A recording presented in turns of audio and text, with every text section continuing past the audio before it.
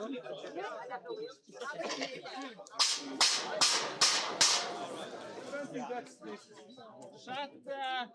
up. It's time to begin. I would like no back chat. Okay.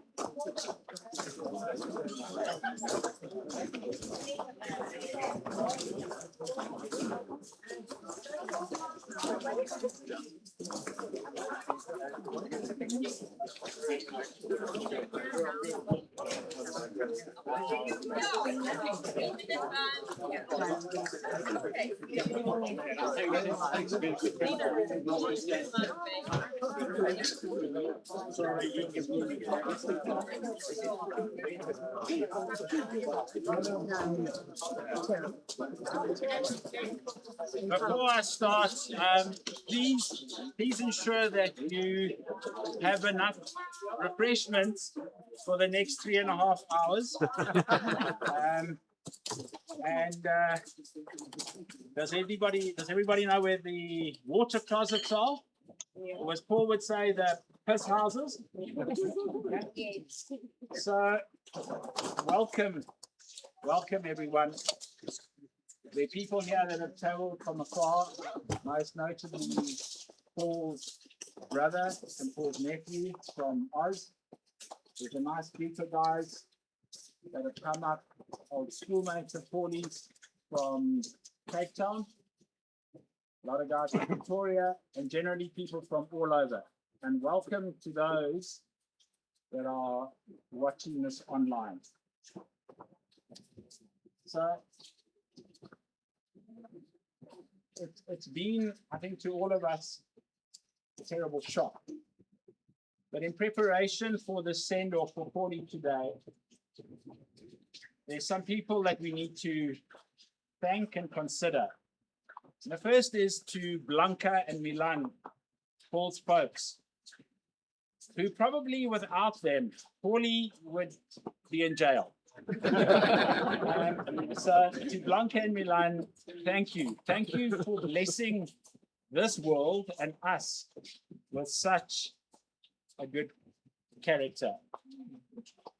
The people that have contributed to today and getting things organized, Wisani, who did the flowers, thank you.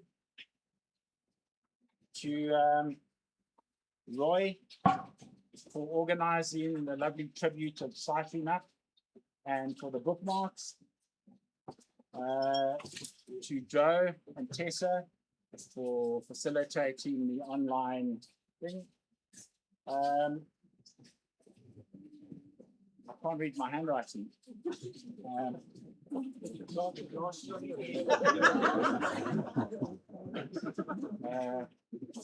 Sure. To Letitia for doing the catering, thank you. And to Sharon for keeping it all together under these very difficult times. Thank you, Sharon. So, without further ado, I'm going to hand over to Steph, who would like to say something.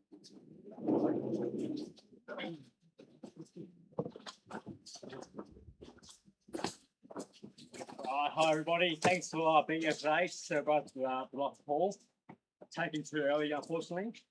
To me, Paul was just Michael, but he's my best friend. So thankful to have reconnected with him over the last couple of years, and we'll cherish the many memories we have made since then. With the many cricket trips, endless laughs, and always cool to kiss each other. A couple of my friends were lucky enough to meet him, and how he would describe to other people by them was, if he thought Stefan was hectic, wait till he meets his uncle. I apologise to Sharon, you probably made your life a living hell for a small part of every year. But I know you enjoyed it. He was known as David to me and my friends, aka David Danborough, because from a simple question you couldn't shut him up. I knew he was getting old once he started taking interest in birds a little too much in the Coon Park. and received a pension discount around town without asking for it. And the 7 p.m. bedtimes topped it.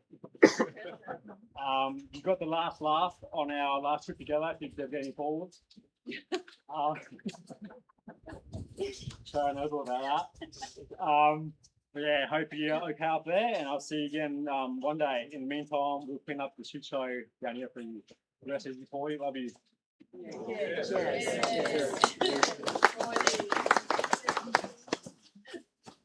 Today's format is very casual. It's an open floor. So if anybody would like to say something and has been wanting to have their moment on TV, now's your opportunity. So I felt I wanted to say something about my friend. And I decided to write him a letter. Dear Paul, PAVOL, Paulie, my boy, I write to you as having this conversation was often challenging in the early or mid or late afternoon Agatha House coffee get-togethers, where you were very loquacious. So here we go. Oh, for flip's sake, why are we all here? You have left so many hanging, and in an enormous void that shan't be filled, as it was carved only for you by you. Paulie, in life, you get two different types of cock. You get good cock and you get bad cock. But you made a lot of cock. And most of it was good cock. For instance, here on the Agatha Mountain, I don't know who is going to be the one with the big wooden spoon stirring on our groups, but asking very valuable and pertinent questions for which he was greatly thanked. Okay? Who is going to do what you did in getting together the electricity department for a social braai get-together with a couple of drinks thrown in, where some of the electricians couldn't go to work the next day, but hey, did its job. I think we're a couple of rungs up the ladder when it comes to the Zanin electricity department for being attended to. You know, my boy, when our paths crossed that Sunday afternoon in August 2007, or should I say recrossed, at Mashuti Lodge here in Agatha, even though we shared a high school and were in the same matric class, where I sometimes think you were missing from David Wilde's English big word lessons. But more of that a bit later. You see, my boy, I wasn't sure how I got home. Thank you, Tanya. But I also wasn't sure the day after, as I said to Tanya, that I wasn't sure about for people like you. But on that, and from that Sunday on, you were brutally honest to us about your past. No bars held, which is a quality that you have carried and I've always admired and respected in you. One knew where one stood in the status of relationships with you. That afternoon, you briefly mentioned your career, but that was not what was important to you. You wanted to know and tell us about real life. You told us about your forays into addiction, and I can never erase you telling us how the receiver of revenue assisted in contributing to your vices. With the muse looked, you elucidated. Well, you entertained us with a story, which I will retell today, just to remind of how genius it was.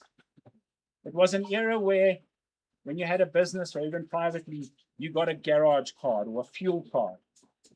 So Paulie's dealer was given the fuel card. So whenever Paulie needed something, he would phone his dealer, who would fill up with petrol and deliver said goods, which Paulie could claim from the receiver as a business expense.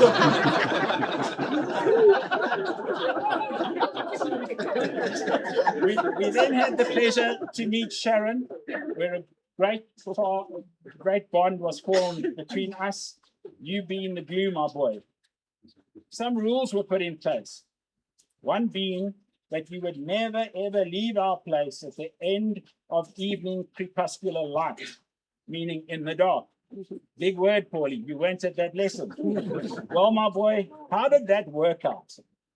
I don't think, like possibly a couple of other rules that we're not stuck to. It ended up you rebuking Sharon, Tanya, and I for leading the horse to water and causing a very much later, blurry departure in the dark, rather than the idealistic crepuscular ride home. I reiterate, my boy, about missing the large English word lessons, but you are forgiven, as maybe the definition of crepuscular was not entirely grasped, which history tells me it wasn't. My boy, you see, I believe that the horse was totally engulfed by water, and its only option was to consume some or as much liquid to escape. And of course, it was always forced on you. Your other thing, you had a proclivity for pussy cats, and you adopted many feral ones that became house pets. Well done to you. You loved and cared for them. Your heart was broken when one tuxedo cat, Norma Jean, passed away. And there was much commiseration and empty grog bottles left. Yes, my boy, you were deeply caring and were affected when illness and loss prevailed, showing a side that was hidden in the deeper layers. Paulie, you were always there. You were there for us when Tanya was so ill last year, having spent time in hospital. You popped in to visit. You popped in at home just to check all was good and have a coffee. Not. You are a very caring chap, my boy. You encouraged and supported many people to take up your passion of bicycle riding. And you pushed and pushed for those such people to become cyclists and not just bike riders. My boy, I have to tell you and let you know that due to recent last 6 months of inclement weather, my status that was short-lived as a cyclist has been relegated back to that of bike rider. And the rides where my backup buddy, you, who could be called on just in case there was an emergency, is now missing. And that is a severe loss to cyclists and bike riders alike, much like the Tuesday afternoon rides that we shared with Roy, Matt, Paul, and others. There were more often than not shenanigans. The spring parties, where at one special herb cookies were presented to you on entry. You insisting that on entry, absolutely one had to be consumed. And I can picture it as vividly as looking out there now that these cupcakes look very much like chocolate cupcakes. And Tanya sternly said to Paul, Bruce cannot have chocolate, he's a diabetic. And another plate of whole wheat cookies were presented. So problem solved. I don't want to dwell on how much we will miss you, as we each deal with that in our own time and way. But I hope that from where you are, looking down, hopefully not up, hopefully down, on things here today and things going forward through the psychedelic hues of similar to magic mushroom consumption. In closing, my boy, these large words, lessons, I initially started by saying loquacious. I want to tell you, Paulie, it had nothing to do with fluids and consumption. It was purely to do with your talkative nature. And to the uninitiated, my boy, you could come across as a barrage, but there was deep, Paulie, that most of us got to know and experience. Thank you for that, but most importantly, thank you for being you. And a friend to many, my boy, we will always love you. To Paulie.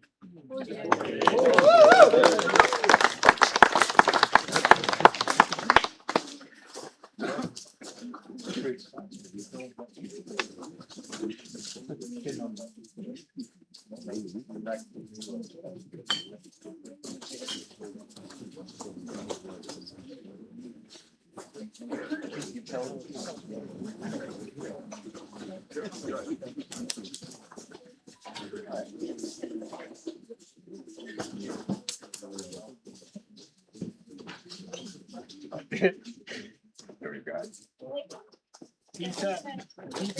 Peter has said that he will post what he wants to write on the group, or maybe do so a little bit later.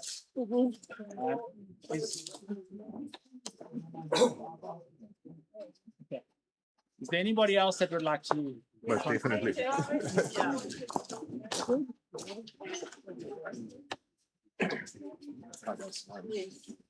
Meet Steph, Sharon. I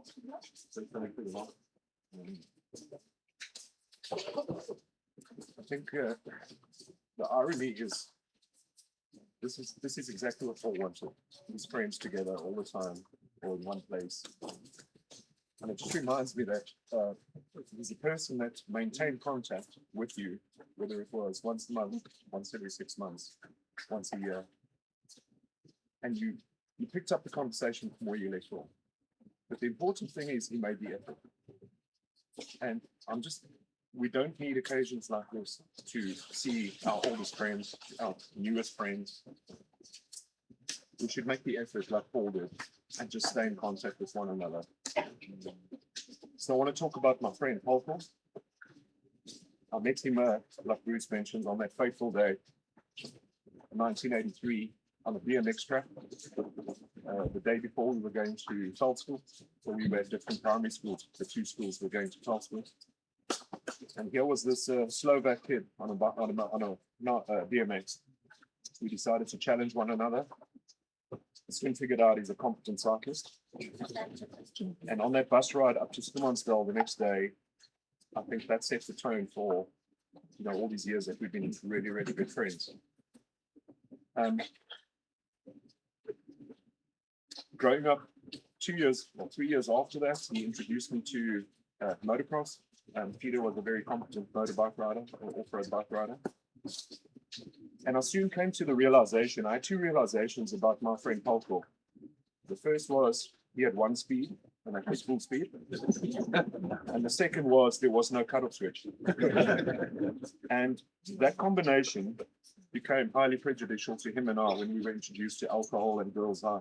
It was very problematic and shenanigans galore, you can imagine. I was fortunate enough to become an honorary member, the third son in the Duraz family, as was he in our family. We had an unwritten rule that, and we played it, that Paul could do no wrong in his house. I was the villain, and he was the villain in my house, and I could do no wrong, and we played it to the team. And it reminds me of a story, Pete, your dad. When I say I was part of the family, there was no knocking. I'd walk in, even if your folks were eating or sleeping or whatever, I'd help myself to some food in the fridge, or just join the family or switch the TV on. And we were visiting friends. We were probably about 17 or so. Used to visit friends during the weeknight, just to around the neighborhood. And one night I walked into the house, into the Duraz house, or my house, and your dad's having a meal, but his back's to me, and I'm walking down those little stairs towards the lounge, and Paul sees me, and he quickly scoffs a bit of food, and he goes, and Peter and Paul's dad was affectionately known as Otso, which in Slovak is his dad, right? And we all called him Otso. So Paul goes, Otso, I'm just going out with Latsi quickly. And my nickname, well, my name's Latsi, it's Laszlo, but my best friends know me as Latsi. Plate of prawns or pasta or whatever it was, Otso hits his fists onto the table, goes into complete meltdown, smashes the table, there is food all over the place, and he goes in this broad Slovak accent, or in English, "This Latsi! I've had enough!" He goes on a tirade, he's looking at Paul, he's going, "Paul, you drink, you smoke!" He's going ballistic. And Paul, instead of stopping his dad, sits back, has that little cheeky smirk on his face, because he knows he's putting me in a very uncomfortable situation. And he wants his dad to go down that rabbit hole. And also is offloading. Eventually the mayhem's over, food all over the place. And Paul goes, Otso, look behind you. Your dad turns around and goes, let's see, would you like to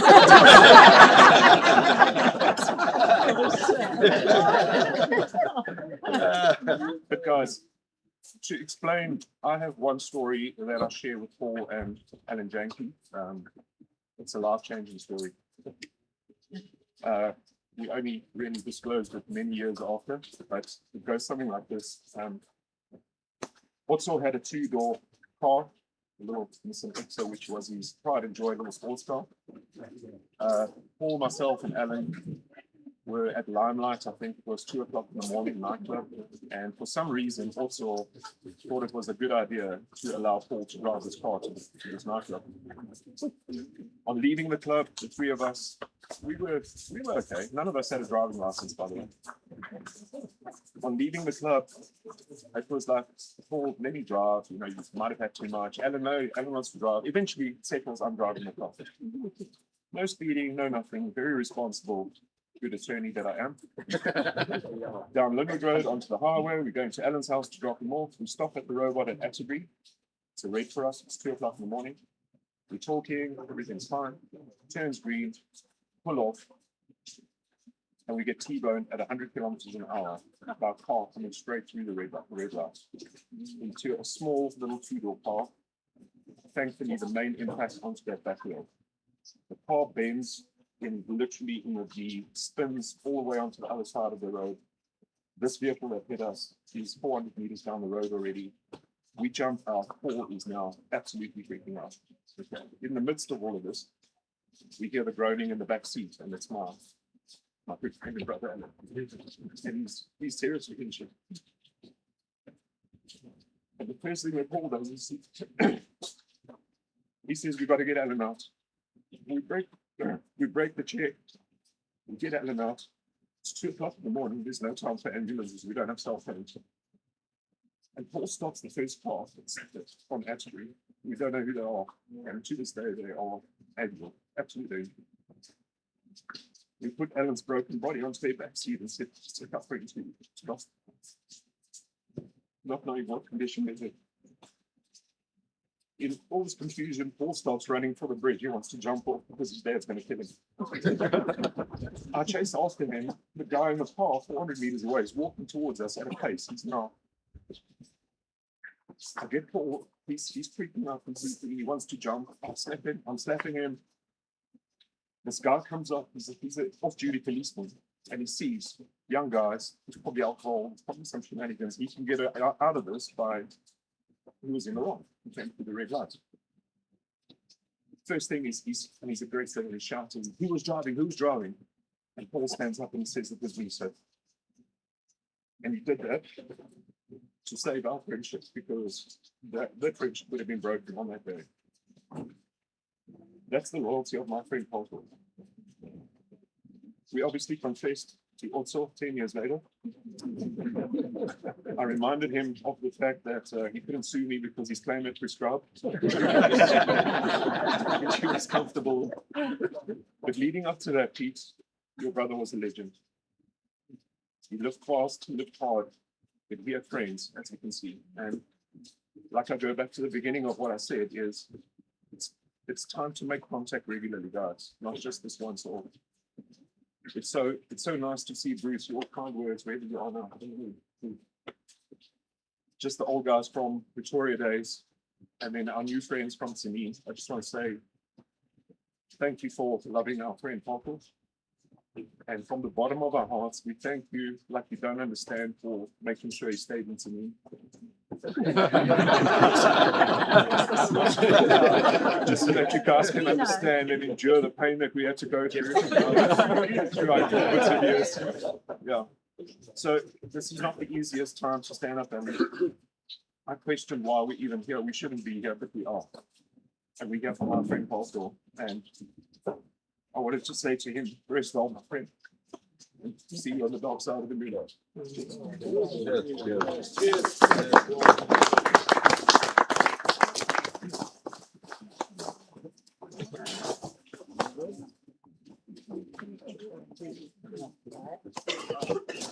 Hi guys. Sorry, I just want to say I haven't known Paul for a long time. the beginning of 2025,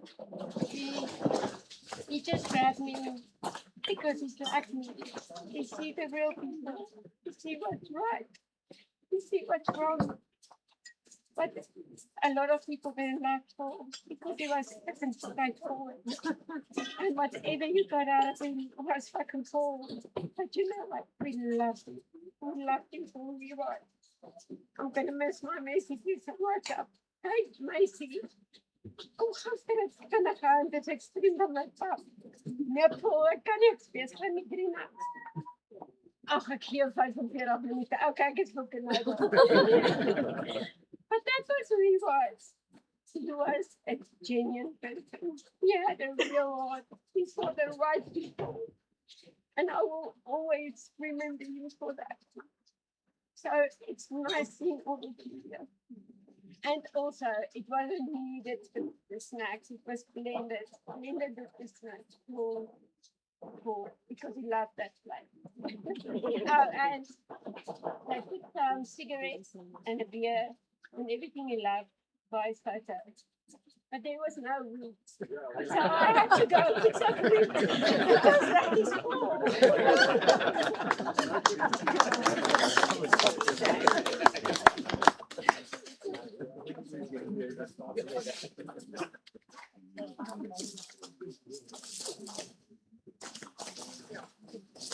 Hi.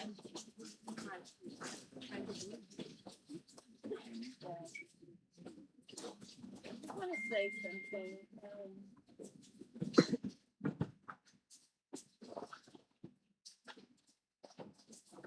Hi, Peter. Hi, Sharon. My bestie to the ends of the earth. I love you. I will always love you. And to Steph and Sue and all the other Durazis out there. There's quite a few of them. I just don't know all their names. Bruce kind of sabotaged me because he said everything that I wrote here because I said, hi Paul, I was also a leper vegan. Things are strange without you. But I just want you to know that you are a very, very good friend. You visited me in the hospital. You visited me. You helped me with all my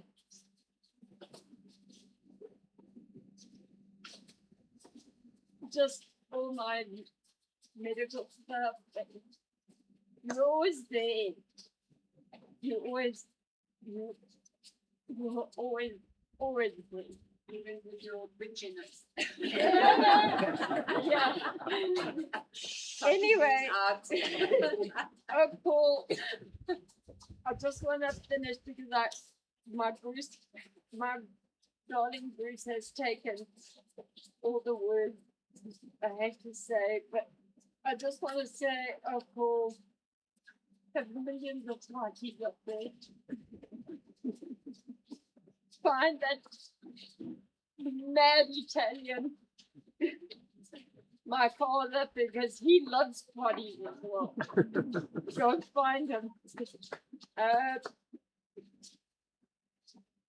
And until we meet again, but on top of this, I just want to read you, not my words of Jim Carrey. Everybody knows he's a famous actor, and he writes, honor your grief, for it is sacred. It is testament to the depth of your heart. And in time, through the pain, you will find healing. Not because you've forgotten, but because you have learned how to carry both love and loss.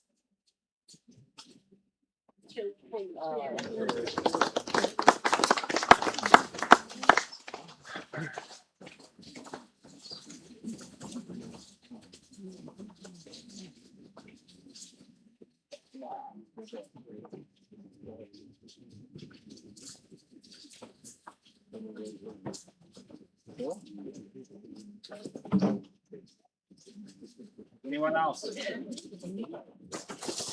I think we can. Look at the start. Look at the start.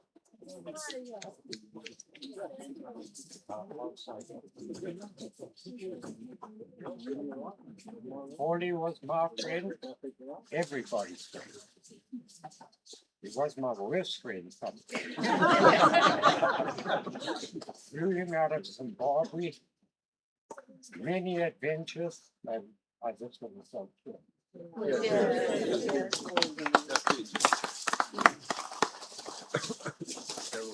I think what we'll do is we'll keep it running. So if anybody wants to say something during the course of the afternoon, please feel free to do so. And please, if you haven't yet, there's snacks through here, and please help yourselves. Okay, thanks for coming, guys. Let the drinking come to a start. The game shall now begin.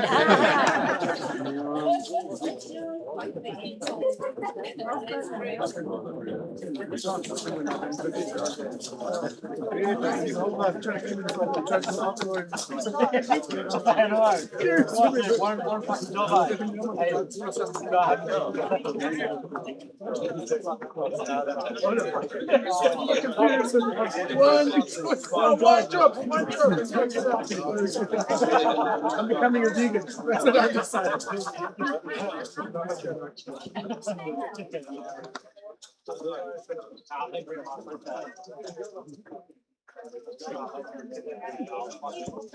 Yes, Mikey.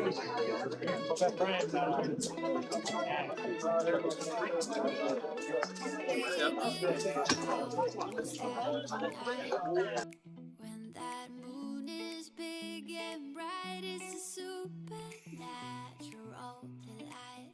Everybody's dancing in the moonlight, dancing in the moonlight. Everybody's feeling warm and bright. It's such a fine